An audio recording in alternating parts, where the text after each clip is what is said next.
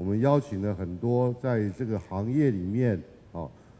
或者在这个产品上面来讲，跟各位有相关的人员，请他们来做一个简短的技术上面的一个介绍。这里面呢，包含一些频谱上面的一些量测，让各位知道说，在切削的时候会产生一些频谱切削振动，这个地方它的原理是什么样。我们也非常高兴呢，能够请得到这个有关于 CAD/CAM 的部分能够跟大家做一个 CAD/CAM 上面的一个交流。那同时呢，还有刀具量测的部分，还有整个夹制具的部分。那这是整个上午的行程。然后上午的行程结束了以后呢，我们在这边用餐，用完了以后，我们会准备各位呢到工厂做参观。在工厂里面，我们也安排了很多的站，在这里面的这个站里面呢，我们希望能够借由这些介绍，能够让各位了解百德公司我们的产品跟我们整个制作的过程那我想今天这个整个节目是相当紧凑的，所以呢我也不讲太多的一些场面话，所以我们直接呢跟各位做一个公司的简介。百德是成立于1991年到目前的员工人数有196位。然后我们刚刚在5月30号的时候呢，已经公司上了新柜那上了新柜主要的部分呢，是希望能够有更充裕的资金来让公司做一个发展。那我们主要的生产的部分呢，是以加工中心为主，里面包含立式、卧式、5轴，还有自动化的设备。那在下午的工厂参观里面，我想各位都会有机会来去进一步了解我们的产品。那百德的成立来讲的话，主要我们一开始就希望呢，能够在这个工具机业里面做一个产品的差异化。所以一开始我们就是以欧洲市场为主，那在产品的定位上面，我们是定位在中高端。那经过这么多年的努力呢，我们在欧洲市场已经达有了一定的知名度。那主要的市场竞争也是跟欧洲或者跟日本的设备在做同等的竞争。那我们一直希望呢，我们生产的部分是一个有特色的一个产品。那等一下的部分介绍跟等一下工厂参观，能够让各位能够进一步的了解。好，那接下来的话，我想跟各位做一个这个技术上的交流。主要的部分呢，就是跟各位来说明一下我们百德投入自动化的一个想法。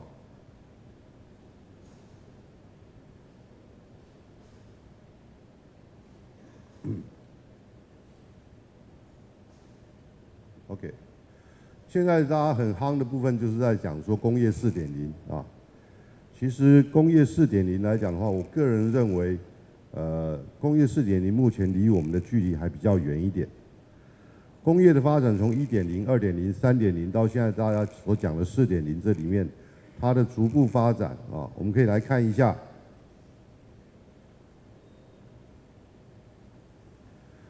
所谓的工业4.0来讲的话，是从1.0就是说我们用机械来取代手工，到所谓的2.0来讲的话，就是说我们用自动化的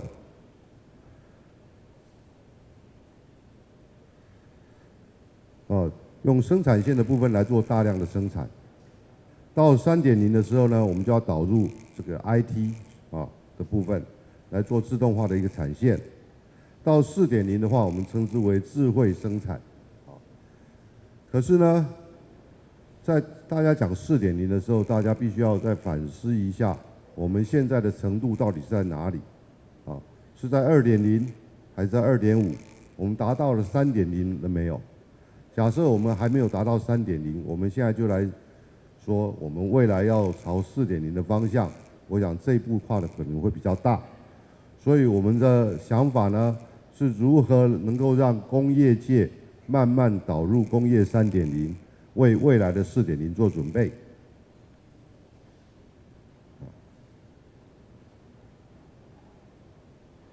那4.0里面来讲的话，有4个基本的要素就是说，第一个我们要利用云端，第二个我们要用物联网，第三个我们要有大数据跟智慧的设备。这里面的论调很多种，有些人认为说呢，某些企业它根本不需要踏入4.0，啊，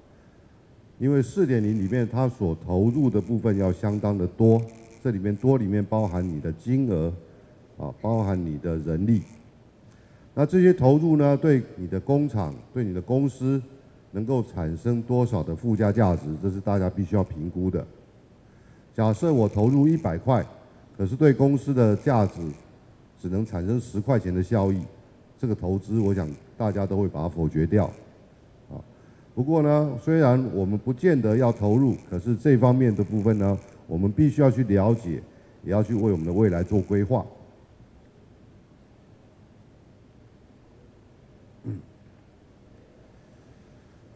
在生产的部分里面来讲的话，我们可以把它分成2个类型啊。第一个是少量多样，啊，第二个是属于量产的方式，啊。那少量多样跟量产的方式，在大家的观念里面认为说，我在量产的方式的时候呢，我导入自动化所产生的效益会比较大，啊。那在少量多样的部分，大家的想法认为说，这个部分导入自动化的程度是比较困难的。可是呢，我们在这边有做了一个比较。其实，在整个少量多样的产品里面来讲的话，导入自动化也是有一种可行性，啊。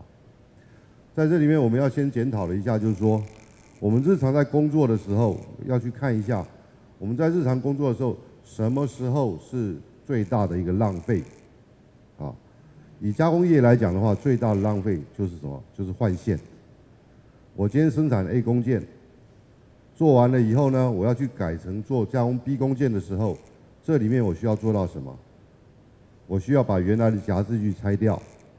我需要把新的夹制具安装上去，然后去校正，然后去找工作坐标原点。接着我要做刀具的更换，我要输入程式，啊，然后我要做手件的试加工，啊，在这段时间里面，事实上不能为贵公司产生效益，所以这一段都是一种浪费啊。而且呢，我们知道加工业最讨厌的是什么？看鬼做到一半，忽然间有急件插单啊，而且插单进来的话，只是做了少数的几个工件而已。这个时候呢，往往是大家都最不喜欢的。为什么？因为这段时间不能让你的公司获利赚钱。好，那如何来因应这个部分呢？我们就朝这个方向来思考。我们想办法去提供出一种标准化的自动化设备。啊，各位知道所谓的自动化来讲的话，基本上都是属于客制的，它必须要依照你今天加工的这个工件，必须要依照你这个整年度要生产的数量去做一个特别的规划，去选定不同的设备，去安排流程，才能达到自动化。啊，那这些客制化的东西呢，往往都是昂贵的，因为你的自动化的供应厂商，他为你规划这个，往往只能做一次生意，所以他所投入的人力，往往就必须要在这一次的生意里面，就必须要能够做到回收。所以客制化的自动设备是比较昂贵的。那假设说我们今天有一套标准的自动化，那能够满足各位在这种少量多样的需求上面来讲的话，除了可以降低各位的成本以外，同时呢，它必须要兼顾到你的导入容不容易啊？在自动化的生产线里面，往往你都必须要有比较高端的人员，才能够去操作这条自动化的线。怎么样用现有的人力，就能够很容易的导入自动化？这也是我们在整个设计规划里面必须要考虑到的。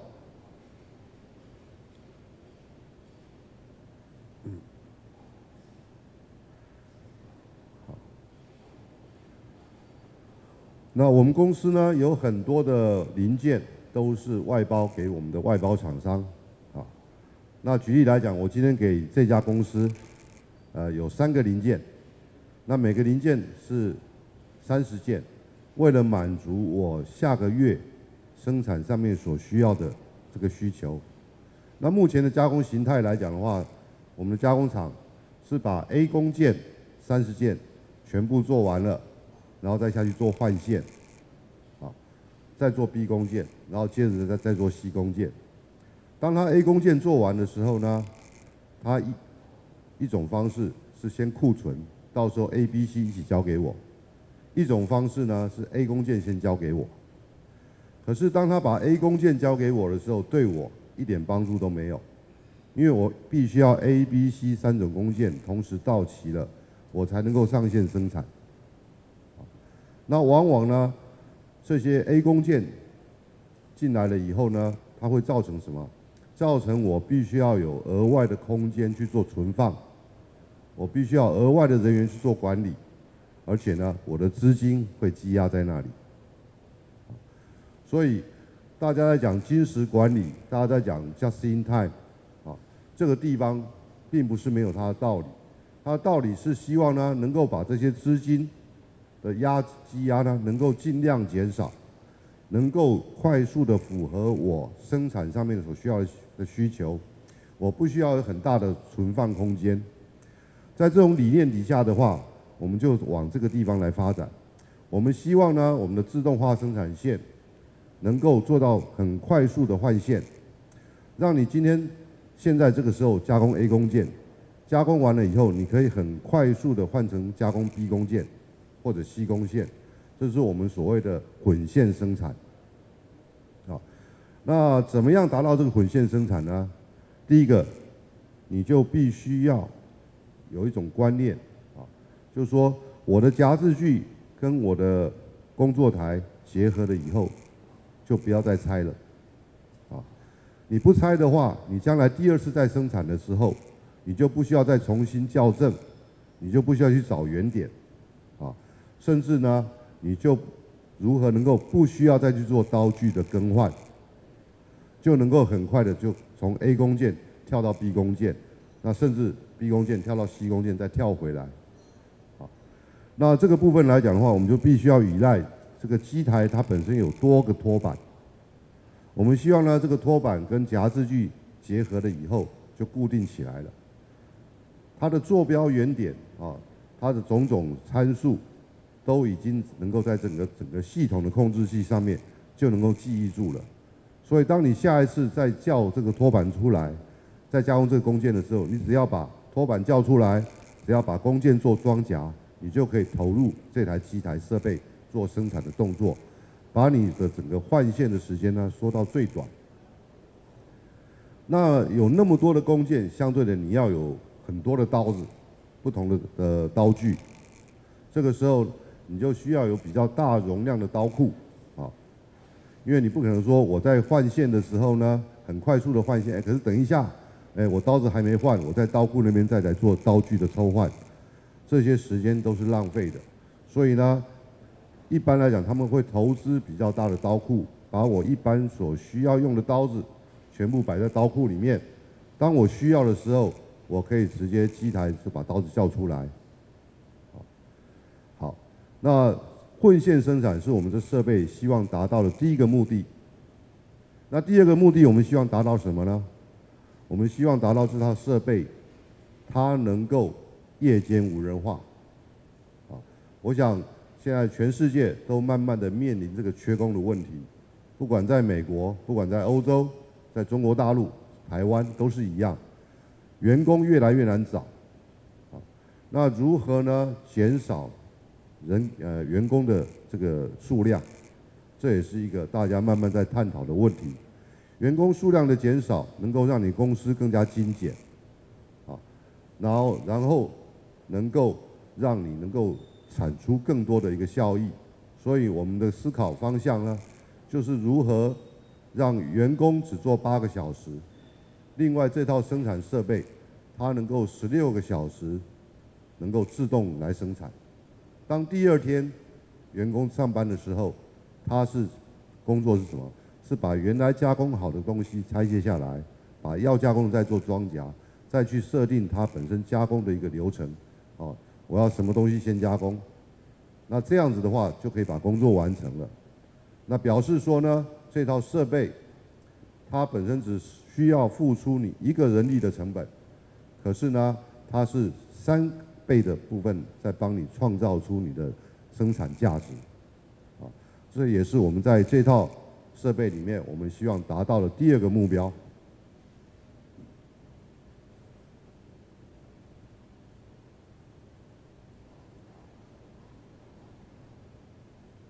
那中间来讲的话，除了能够换线缩短，帮你创造效益，能够减少员工的用人数，帮你节省开销以外呢，它还能够增加你的竞争力，啊，这竞争力是什么呢？竞争力是当然你成本降低的话，你的价格就比较有优势。第2个，你能够满足你客户交期的要求，啊，我想各位加工业的同仁呢，大家都会碰到这种问题。今天往往你的这个客户，啊，原来跟你订了30个，你30个交了以后呢，忽然跑过来，抱歉，我这个月的生产计划有变更，所以我需要再多订5个，啊，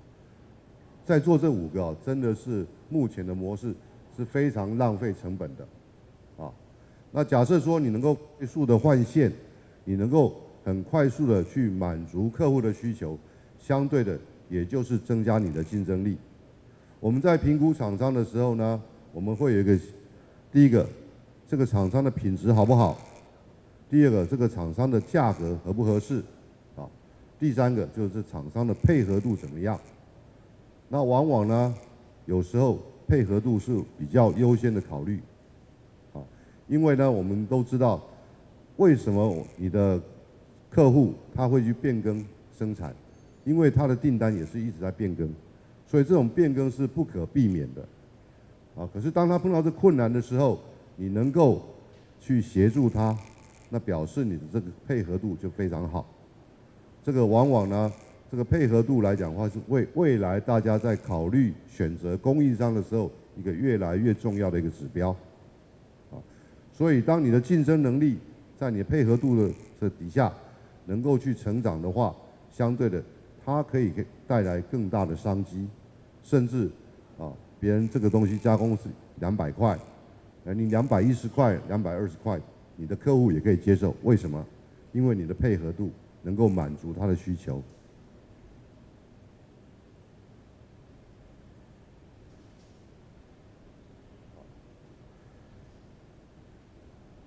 自动化生产线里面呢，很重要的一个因素呢，在于。几个，第1个在于它可靠度，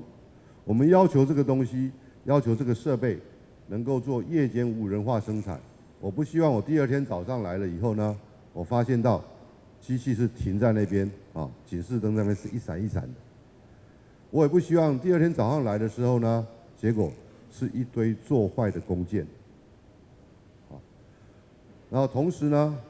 我希望这套设备能够非常容易的操作。这里面的就必须要仰赖到很多的软体来协助各位。最主要的部分来讲的话，就是第1个排程，啊，排程的部分来讲，就是各位因为它是属于混线生产，所以必须要提供非常容易的方式，让各位去做排程的设定跟排程的变更。啊，今天碰到插单的要求进来的时候，你可以很快速的去做排程的变更。不需要去花很多的时间，不需要把原来重新的设定、重新全部取消、重新再设定一次，啊，这个就是软体上面必须要考虑到客户使用的一个方式。那这里面的整个软体由我们自己来开发，我们的开发的软体并不会非常的高阶，啊，可是呢，相对的非常容易学。对于你工作上面几乎95%以上的需求，我们都考虑到了。啊，这里面包含一些设定，包含一些排程安排啊，包含一些问题的显示。各位在这个图面的这个右下角这边可以看得到啊。假设这套系统里面我们总共有8个工作台，啊，那8个工作台里面有的是在机台里面，有的是在上下工件区，有的是在仓储架上面，啊，在这个画面里面呢，它能够很容易的让你知道，啊，这个工作台它本身有没有夹字具，上面有没有工件。这个工件是未加工还是加工完了？啊，或者说这个工作台是空的。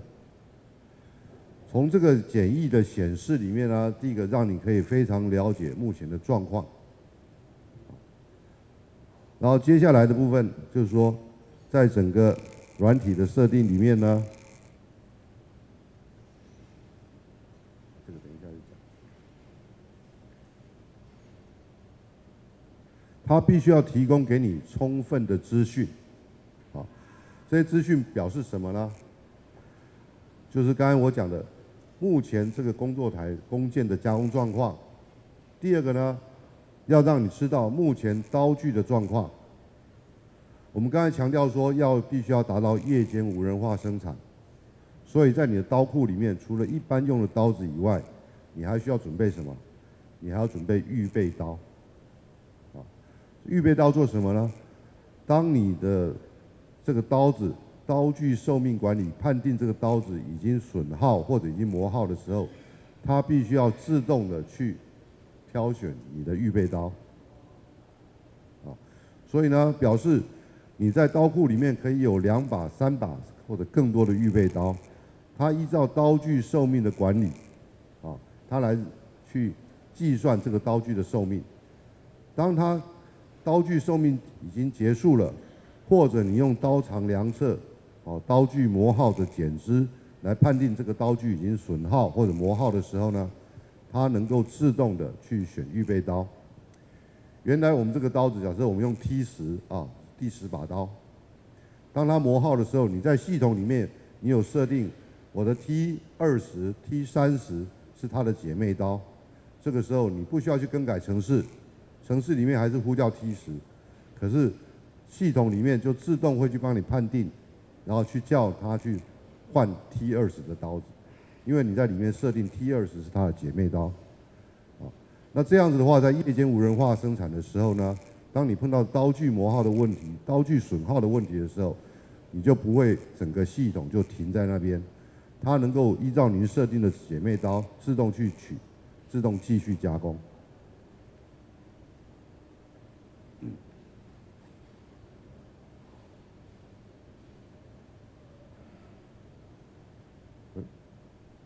哦，没有。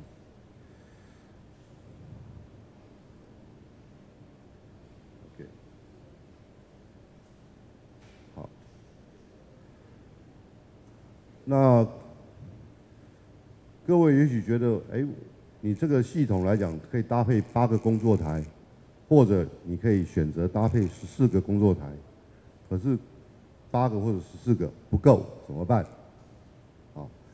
这里面跟各位说明一下，其实在工作台，因为这是属于卧室的机台，在卧室的机台里面，你可以去采用2面式或4面式的工作台。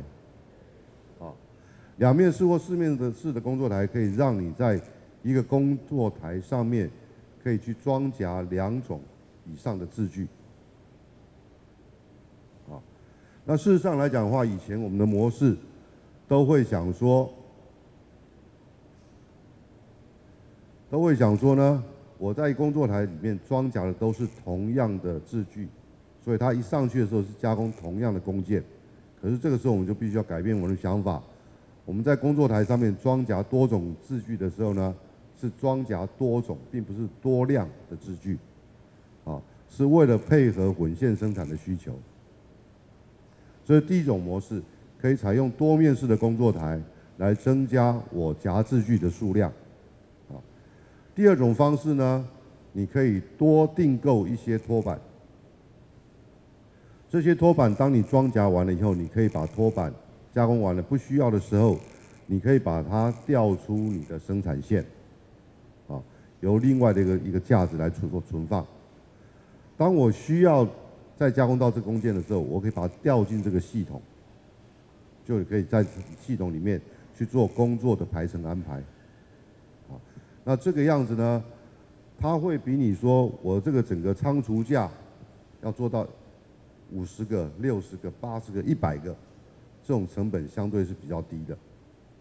啊，所以一个大原则就是说，我们希望各位在整个夹制具的应用上面，跟工作台做了一次装甲以后，就不要拆了。只要你工作台交换的重复精度够，你到时候就是可以直接把这工作台叫进系统，叫进机台里面去做加工，它就能够达到原始的一个精度的要求。那所以呢，这个部分跟我们以前的加工模式有很大的出入，整个想法逻辑上面也不大一样。那我们认为呢，在这个缺工的情况，在这种少量多样的需求越来越多的未来，这个设备的需求呢，也会越来越受到重视。啊，所有的设备就是要为各位能够创造利润。啊，那这些创造利润也许在账面上不容易看得到，因为你在账面上你看不到这个换线造成的损失。啊，你看不到这个人工的这个费用，啊，那往往呢，可是你整体评估的时候，有时候自动化的设备反而能够为你创造更大的产能，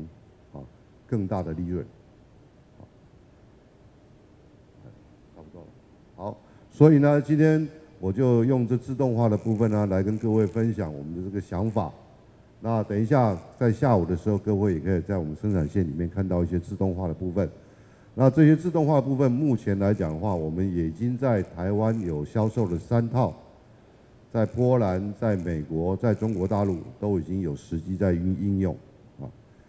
那包含上银，我们最近也安装完成1套。那我想越来越多大家会去思考自动化的需求，啊，这个地方是我认为是大家值得思考的一个项目，所以今天以这个方式来跟各位分享，谢谢。